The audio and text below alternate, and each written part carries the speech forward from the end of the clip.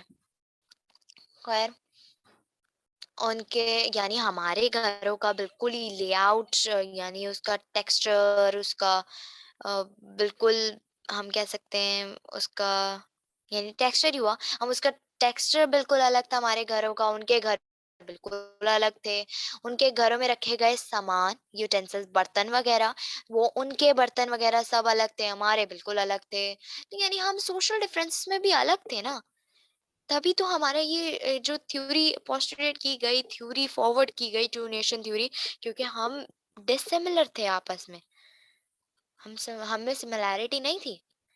Number 5 economics difference. Economics difference میں کیا آتا ہے after 1857 the Muslim economic was crushed and all trade policies were framed in such a way so as to determine the Muslim condition. They were thrown out of government service and their estates and properties were confiscated while the Hindus were provided with ample opportunities to progress economically.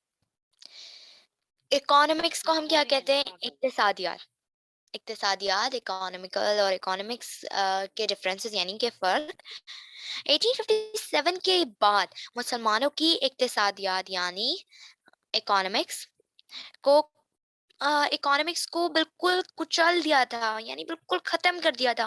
اور ہر طرف سے یعنی تمام تجارتی جو policies تھیں ان کو اس طرح ترتیب دی گئی ان کو اس طرح ترتیب کیا گیا تاکہ مسلمانوں کی حالت کو خراب کیا جا سکے.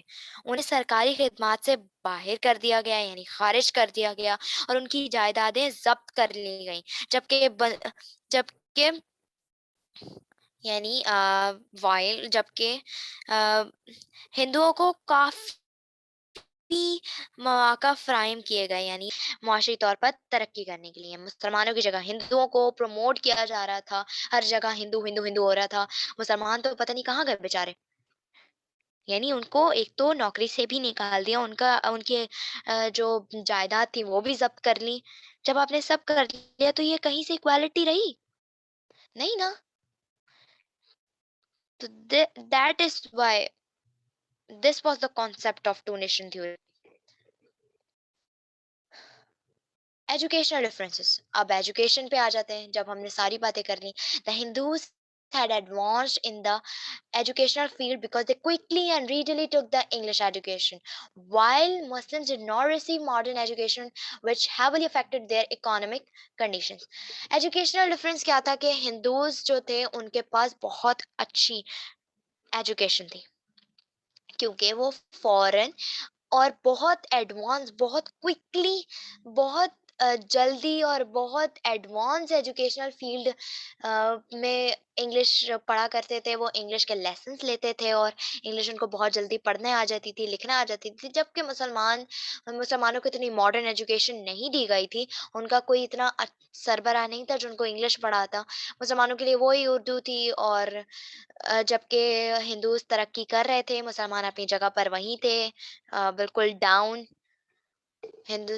ہندوستان میں بچوں کو بھی انگلش پڑھائی جاتی تھی تاکہ ان کا ایجوکیشن لیول اور مزید کیونکہ اس وقت تو انگلش سب سے زیادہ فورس کی جاتی تھی ایز اے برٹش. وہاں پہ برٹیشینز بھی تھے تو English was a important language we can say at that time. This was the difference between education. Number 7 political differences. The political differences between the Hindus and Muslims have played an important role in development and evolution of two nation theory.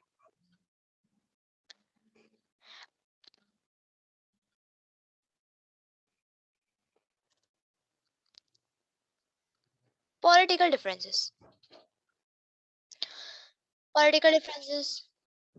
سیاسی اختلافات. ہندوؤں اور مسلمانوں کے سیاسی اختلافات نے دو قومی نظریے کی ترقی یعنی ڈیولپمنٹ اور ایولیوشن آف یعنی ایولیوشن دو قومی نظریے کی ترقی اور ایولیوشن یعنی ہم کہتے ہیں ایولیوشن کو ارتقا میں اہم کردار ادا کیا. سب سے پہلا